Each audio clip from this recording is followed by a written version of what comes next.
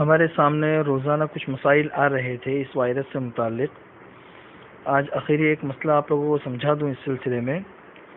یہ فقہی مسئلہ تو نہیں ہے لیکن ایک حدیث ہے، اس کی تشریح کے سلسلے میں آپ لوگوں کو کچھ باتیں بتا دوں۔ عام طور پر یہ بات کہی جا رہی ہے اور بہت زیادہ پھیلی ہوئی ہے کہ بھئی مئی کے مہینے کے اندر یہ بیماری ختم ہو جائے گی، اور کچھ لوگوں نے باقاعدہ اس کی تاریخ بھی مقرر کر دی ہے کہ بھئی 12 مئی کو ختم ہو جائے گی۔ اور اس سلسلے میں وہ ایک حدیث پیش کرتے ہیں کہ حدیث کے اندر ہے کہ جب سوریا ستارہ طلوع ہوتا ہے تو سوریا ستارے کے طلوع ہونے پر زمین کے اندر موجود تمام آفتیں اور بیماریاں ختم ہو جاتی ہیں۔ تو اس سلسلے میں کچھ باتیں آپ لوگوں کو عرض کرنا چاہتا ہوں۔ سب سے پہلے تو یہ بات سمجھ لیجئے کہ اس قسم کی روایتیں موجود ہیں، لیکن ان احادیث کا اور روایت کا مطلب کیا ہے اسے ہمیں سمجھنا ہے۔ دو طرح کے طبقے ہیں۔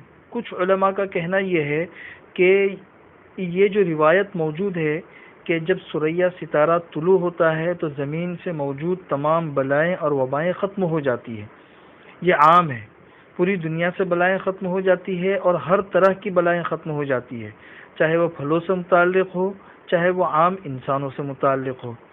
لیکن اکثر علماء کا کہنا یہ ہے کہ یہ جو روایت ہے یہ خاص ہے، عام نہیں ہے، اور اس کے بہت سے شواہد موجود ہیں۔ چنانچہ مسند احمد کی ایک روایت ہے کہ عثمان بن عبداللہ ایک راوی ہے، وہ کہتے ہیں کہ ایک مرتبہ میں اور عبداللہ ابن عمر دونوں ساتھ میں تھے۔ میں نے عبداللہ ابن عمر سے پوچھا کہ بھائی یہ پھلوں کو ہم کب بیچ سکتے ہیں؟ پھلوں کے بیچنے کے سلسلے میں حضور اکرم صلی اللہ علیہ وسلم کی ہدایت کیا ہے؟ تو حضرت عبداللہ ابن عمر نے ارشاد فرمایا کہ حضور اکرم صلی اللہ علیہ وسلم نے ہمیں پھلوں کو بیچنے سے منع کیا ہے پکنے سے پہلے قبل ان یبدو صلاحھا، بدو صلاح سے پہلے بیچنے سے منع کیا ہے۔ تو اس راوی نے پوچھا کہ حضرت یہ پھل کب پک جاتے ہیں؟ تو عبداللہ ابن عمر نے ارشاد فرمایا کہ جب سوریا ستارہ طلوع ہوتا ہے اس وقت میں یہ پک جاتے ہیں۔ یہ مسند احمد کی ایک روایت ہے۔ یہی تقریباً روایت مختلف الفاظ کے ساتھ میں بہت سی کتب احادیث کے اندر موجود ہے، اور حدیثوں کو ہم سے زیادہ وہ علماء اور وہ محدثین سمجھتے تھے۔ چنانچہ حدیث کے اکثر کتابوں میں جہاں یہ روایت موجود ہے تو محدثین نے اس کو عموماً خرید و فروخت سے متعلق جو احادیث ہے ان احادیث کے ضمن میں اس کو ذکر کیا ہے۔ تو اس کے ضمن میں ذکر کرنے سے خود یہ بات سمجھ میں آتی ہے کہ اس حدیث کا تعلق خاص خرید و فروخت سے متعلق یہ حدیث ہے، عام وباؤں سے متعلق نہیں ہے۔ چنانچہ اس سے متعلق ایک فقہی مسئلہ آپ لوگوں کو سمجھاؤں، پھر یہ حدیث میں آپ لوگوں کو سمجھاتا ہوں۔ حدیث مشہور ایک فقہی مسئلہ ہے کہ ایک چیز اگر آپ کی ملکیت میں نہیں ہے اور آپ کا اس کے اوپر قبضہ نہیں ہے تو اس سے پہلے آپ اسے بیچ نہیں سکتے ہیں، اس لیے کہ اگر اس کے قبضے میں آنے سے پہلے ہی آپ نے بیچ دیا تو ممکن ہے کہ آپ کی ملکیت میں آنے سے پہلے وہ ختم ہو جائے، چوری ہو جائے، ضائع ہو جائے، کوئی نقصان آ جائے۔ تو ظاہر سی بات ہے بائع اور مشتری، خریدنے والا اور بیچنے والا، ان کے درمیان جھگڑا ہو سکتا ہے۔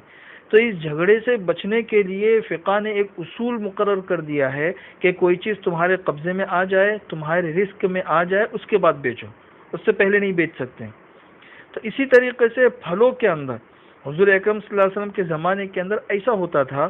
چنانچہ امام بخاری رحمۃ اللہ علیہ نے بھی یہ روایت تفصیل سے نقل کی ہے اور اس کے اوپر عنوان باندھا ہے باب بیع الثمار قبل بدو صلاحها، کہ پھلوں کے پکنے سے پہلے ان پھلوں کو بیچنے کی کیا شرعی حیثیت ہے، اور اس کے بعد یہ تفصیل نقل کی ہے۔ چنانچہ زید ابن ثابت نقل کرتے ہیں کہ حضور اکرم صلی اللہ علیہ وسلم کے زمانے میں ہوتا یہ تھا کہ لوگ اپنے درختوں پر جو پھل موجود ہوتے تھے اسے پکنے سے پہلے ہی بیچ دیتے تھے۔ ابھی اس کا گھابا نکل گیا اور یہ ہے کہ 2-3 مہینے کے اندر پک جائے گا اور اس کا سودا کر لیا اور سامنے والے نے اسے خرید لیا۔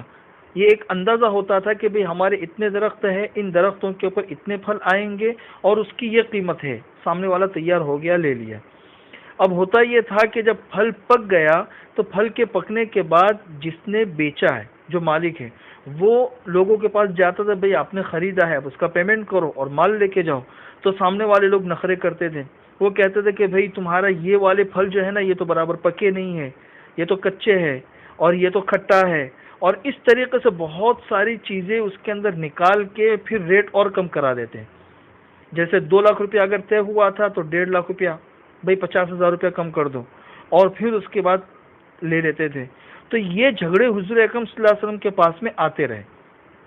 تو حضور اکرم صلی اللہ علیہ وسلم نے کہا کہ بھئی دیکھو، بطور مشورے کے، بخاری کی روایت کے الفاظ ہے کہ حضور اکرم صلی اللہ علیہ وسلم نے کل مشورتی مشورے کے طور پر حضور نے ارشاد فرمایا کہ جب تک پھل مکمل پک نہ جائے اس وقت تک تم میں سے کوئی بھی اسے نہ بیچے، اس لیے کہ پکنے کے بعد ہی اصل پتہ چلے گا کہ بھئی کتنے پکے ہیں اور برابر ہے کہ نہیں، اور پکنے کے بعد پھر سامنے والا دیکھے گا کہ ہاں بھئی یہ مال مجھے خریدنا ہے، پھر اس کے بعد اس کا بھاؤ طے کرو۔